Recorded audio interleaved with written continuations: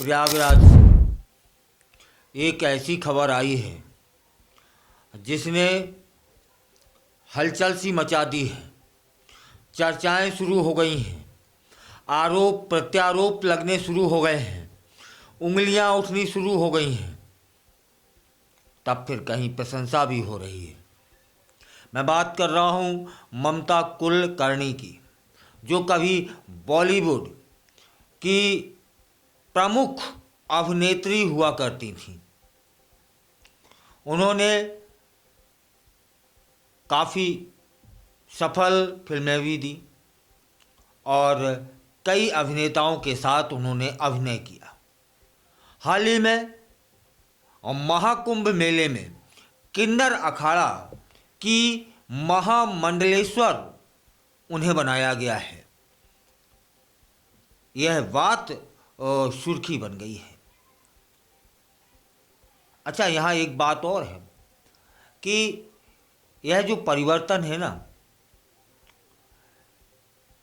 उनके जीवन को नया मोड़ दे रहा है, बल्कि सवाल भी उठा रहा है कि क्या उनका अतीत उन्हें इस नए आध्यात्मिक पद के लिए योग्य बनाता है। यह प्रश्न उठ रहे हैं। 25 जनवरी को ममता ने लगभग 25 ही वर्षों बाद भारत लौटकर संगम तट पर स्वयं का पिंडदान किया और किन्नर अखाड़ा का महामंडलेश्वर उन्हें बना दिया गया। यह समारोह पारंपरिक रीतियों का उसमें पालन भी किया गया, जिसमें उन्हें दूध से स्नान और वेद मंत्रों का उच्चारण शामिल था। ममता ने इस क्षण को भावुक होकर अनुभव किया और पिछले जीवन को अलविदा कहा। यह तो हो गई उनकी बात। अब महाकुंभ की बात कर लेते हैं कि महाकुंभ मेला जो हर 12 वर्ष बाद आयोजित होता है, न केवल धार्मिक महत्व रखता है बल्कि यह एक सांस्कृतिक महोत्सव भी है। इस बार मेला में लाखों श्रद्धालु पहुंच रहे हैं। अनुमान 40 करोड़ के ऊपर जाने का है। ममता कुलकर्णी की वापसी और महामंडलेश्वर बनने की खबर ने महाकुंभ को और भी चर्चा का विषय बना दिया है। किन्नर अखाड़ा जो कि 2015 में ही स्थापित हुआ था। यहाँ यह बात बतानी जरूरी है कि जो हमारे प्रमुख 13 अखाड़े हैं उनमें किन्नर अखाड़ा की गिनती नहीं होती है। यह प्रमुख 13 अखाड़ों से अतिरिक्त है, पारंपरिक हिंदू अखाड़ों से भिन्न है। यह उन व्यक्तियों को आध्यात्मिक और सांसारिक जीवन के बीच संतुलन बनाने की अनुमति देता है जो सामान्य धार्मिक प्रथाओं में फिट नहीं बैठते। हालांकि ममता कुलकर्णी के अतीत को देखते हुए कई लोग इस पद पर उनकी नियुक्ति पर सवाल उठा रहे हैं। प्रमुख ट्रांसजेंडर कथावाचक हिमांगी सखी ने ममता कुलकर्णी के महामंडलेश्वर बनने की पर सार्वजनिक रूप से आपत्ति जताई है। उन्होंने कहा कि किन्नर अखाड़ा ने पब्लिसिटी के लिए ममता को यह पद दिया है जो समाज के लिए एक नैतिक प्रश्न खड़ा कर रहा है। वो कहते हैं कि ऐसे व्यक्ति को गुरु बनाना जो पहले ड्रग्स मामलों में जेल जा चुका है, सनातन धर्म की गरिमा को कम करता है। इन आलोचनाओं के बावजूद ममता कुलकर्णी कहती हैं कि उन्होंने पिछले 12 वर्षों से आध्यात्मिकता को अपनी जिंदगी का केंद्र बना लिया है। उन्होंने अपने अतीत को पीछे छोड़ने की बात कही और अपने नए रोल में शांति की अनुभूति व्यक्ति की है। ममता कुलकर्णी यह भी बताती हैं कि वह अन्य आध्यात्मिक नेताओं के साथ मिलकर सनातन धर्म की सेवा करने के लिए प्रतिबद्ध रहेंगी। महाकुंभ धार्मिक पुनर्जागरण का अवसर नहीं है, बल्कि यह सामाजिक बंधन और सामुदायिक एकता का भी प्रतीक है। इस वर्ष महाकुंभ न केवल धार्मिक महत्व रख रहा है, बल्कि यह समकालीन मुद्दों जैसे पहचान और मोक्ष के संदर्भ में भी चर्चा का विषय बन गया है।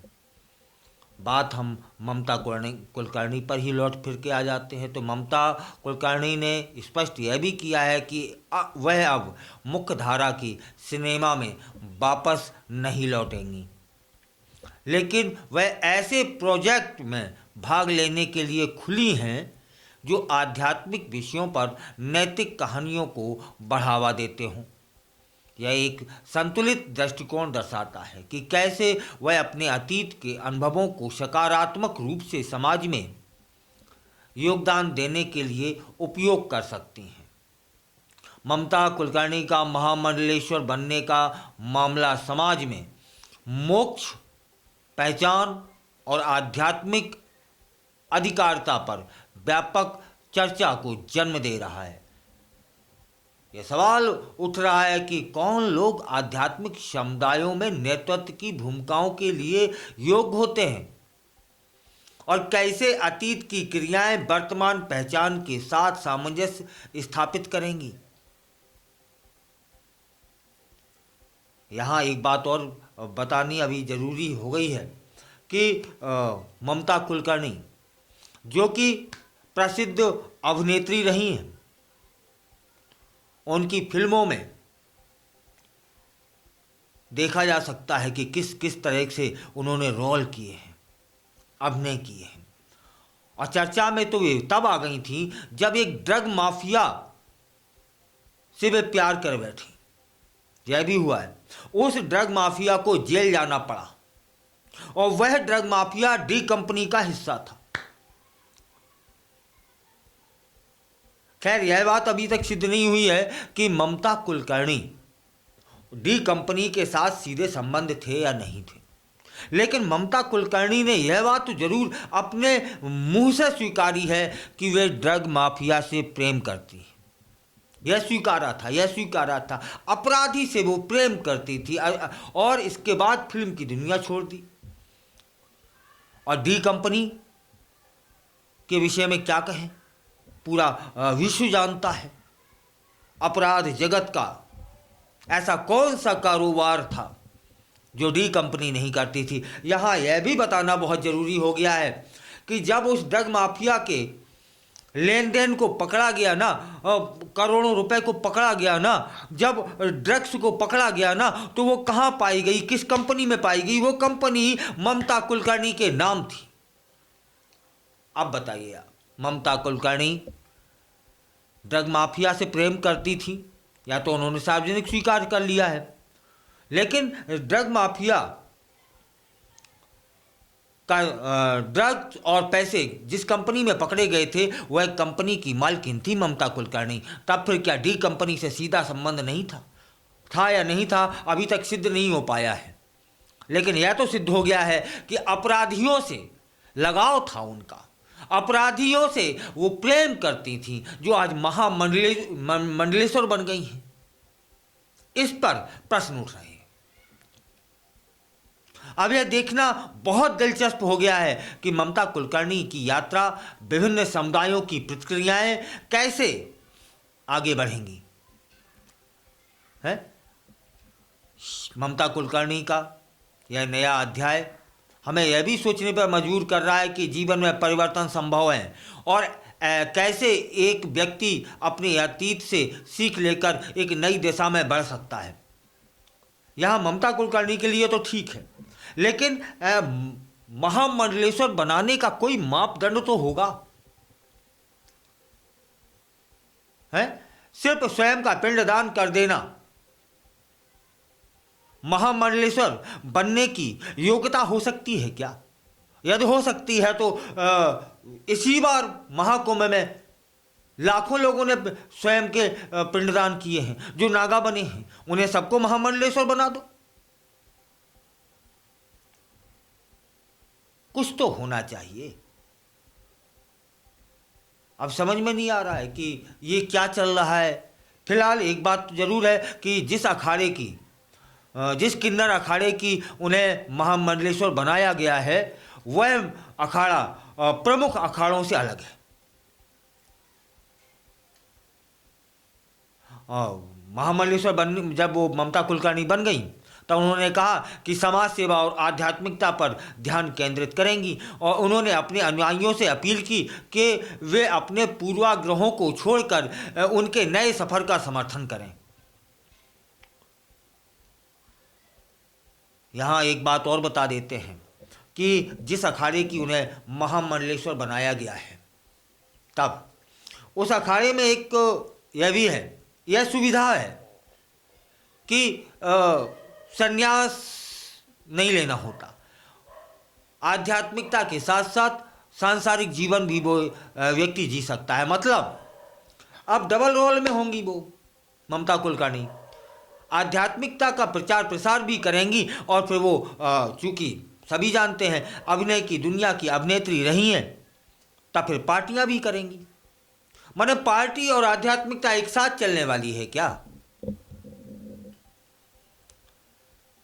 और प्रश्न वहीं शुरू होता है कि जिसने प्रेम करना कोई अपराध नहीं, प्रेम तो प्रभु के चरणों का प्रसाद हुआ करता है, लेकिन प्रेम किससे किया गया है, यह प्रश्न है। प्रेम डी कंपनी का खौफ, डी कंपनी के काम, हम सभी तो जानते हैं ना। उसके ड्रग माफिया के साथ ये प्रेम करती थी। प्रेम भी जबरदस्त की वो इनके कंपनी में पैसे और ये सब पकड़ा गया था। अकस्मात भारत लौट आती हैं सालों बाद और सीधे महामंडलेश्वर। कुछ तो आध्यात्मिकता के मापदंडों का पालन हुआ होता। अच्छा, एक प्रश्न और जो लोग उठा रहे हैं कि यदि स्वयं का पिंडदान किया है तब फिर उन्होंने अपने बाल क्यों नहीं कटवाए? आध्यात्मिकता की राह इतनी आसान नहीं है जितना अभिनय करना। कठोर तप से गुजरना होता है। ये क्या लोग सवाल कर रहे हैं, विद्वजन सवाल कर रहे हैं कि स्वयं का पिंडदान किया है तो फिर बालों का अपना मुंडन कराना चाहिए था, क्यों नहीं किया? इसका जवाब कौन देगा? ये इसका मतलब है सिर्फ दिखावा चल रहा है? अच्छा, ये यहाँ यह भी नहीं नकारा जा सकता कि ममता कुलकर्णी का जीवन कठिनाइयों से भरा रहा है। बहुत वक्त उन्होंने कठिनाइयाँ सही हैं, देश से उन्हें बाहर जाना पड़ा है। ये ठीक है कि अभी तक ये सिद्ध नहीं हो पाया है कि वो डी कंपनी में कितनी हिस्सेदार या जिम्मेदार या क्या था। फिलहाल ममता कुलकर्णी की चर्चा चाहूँ और है, होनी भी चाहिए, क्योंकि वो महामंडलेश्वर बनी है भाई, है। अब प्रश्न ममता कुलकर्णी पे नहीं है, प्रश्न उन पर है जिन्होंने इन्हें बनाया है। कई साधु संत इस निर्णय का विरोध कर रहे हैं और कई लोग समर्थन भी कर रहे हैं कि अतीत से सीख लेकर आगे बढ़ने की कोशिश करनी चाहिए। वहीं यह भी है कि ठीक बात है, हमारे इतिहास में कई ऐसे उदाहरण हैं जो कभी चोर डाकू रहे हैं, इसके बाद में उनका जीवन बदला और वो आज बहुत बड़े वो संत बने। लेकिन यहाँ स्थिति उसकी तुलना यहाँ नहीं की जा सकती। बात है महामंडलेश्वर बनाने की योग्यता पर। आप देखिएगा कि जब वो पिंडदान करने गंगा में जाती हैं तो थाली पानी के अंदर चली जाती है, यह पहला कदम था। देखो आप, थाली पानी के अंदर चली जाती है, दूसरा व्यक्ति उठाता है?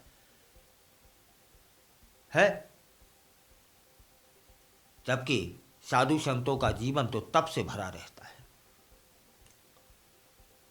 फिलहाल लोग हजम नहीं कर पा रहे हैं उनका महामंडलेश्वर बनना, क्योंकि महामंडलेश्वर बनने की कोई ना कोई योग्यता तो होनी चाहिए। क्या ये योग्यता पर्याप्त है कि जो देश से बाहर चला गया, यह योग्यता पर्याप्त है? या यह योग्यता पर्याप्त है कि किसी अपराधी से प्रेम कर बैठा हो? या यह योग्यता पर्याप्त है कि बहुत सारा पैसा हो उसके पास? आध्यात्मिकता में की यात्रा में उनका क्या योगदान रहा? जब स्वयं का योगदान नहीं है तो दूसरों को वो क्या प्रचार प्रसार कर पाएंगे? क्योंकि महामंडलेश्वर एक छोटा पद नहीं होता। लेकिन एक बात और है कि इस जीवन में ममता कुलकर्णी ने हासिल बहुत कुछ कर लिया है। वो एक सफल अभिनेत्री रही हैं।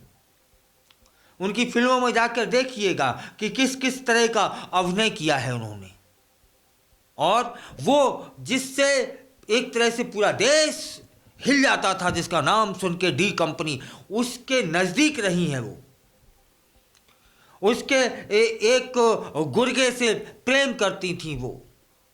इसके बाद देश से चली जाती हैं वो, फिर लौटती हैं वो, और फिर इसके बाद में अकस्मात महामंडलेश्वर बन जाती हैं वो। इस जिंदगी में बहुत बड़ी यात्रा की है ममता कुलकर्णी ने। चलिए, हम तो शुभकामनाएं ही प्रेषित कर सकते हैं कि आगामी जीवन उनका ठीक हो। लेकिन इसमें जिस अखाड़े से वो महामंडलेश्वर बनी है उसमें एक सुविधा तो है कि संन्यास लेना आवश्यक नहीं है। किन्नर अखाड़े की महामंडलेश्वर बनी है, उसमें तो सांसारिक जीवन और आध्यात्मिक जीवन साथ साथ जिया जा सकता है। मतलब क्या, ये उम्मीद करें कि आध्यात्मिक एक तरफ से वो आध्यात्मिक जीवन जिएंगी, सनातन का प्रचार प्रसार करेंगी, और दूसरी ओर वो पार्टी का एंजॉय करते हुए हम लोग देखेंगे कि महामंडलेश्वर कैसे पार्टी करते हैं, है ना। लेकिन चलो, जो भी है, प्रश्न ममता कुलकर्णी पर नहीं है, प्रश्न उन लोगों पर है जिन्होंने इनको महामंडलेश्वर बनाया है कि आपका क्या मापदंड है, किस आधार पर। यदि ये सिर्फ इतना ही ये मापदंड हो सकता है क्या कि किसी ड्रग माफिया की प्रेम का होना मापदंड है क्या? तो फिर कईयों होंगी हमारे देश में। या फिर फिल्म अभिनेत्री होना मापदंड है क्या? तो अब पूरा बॉलीवुड भरा हुआ है।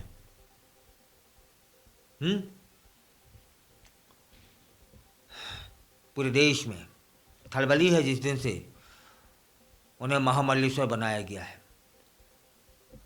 संन्यास नहीं लेंगी क्योंकि यहाँ सुविधा है। कई लोग बोल रहे हैं कि पिंडदान किया था तो मुंडन क्यों नहीं कराया?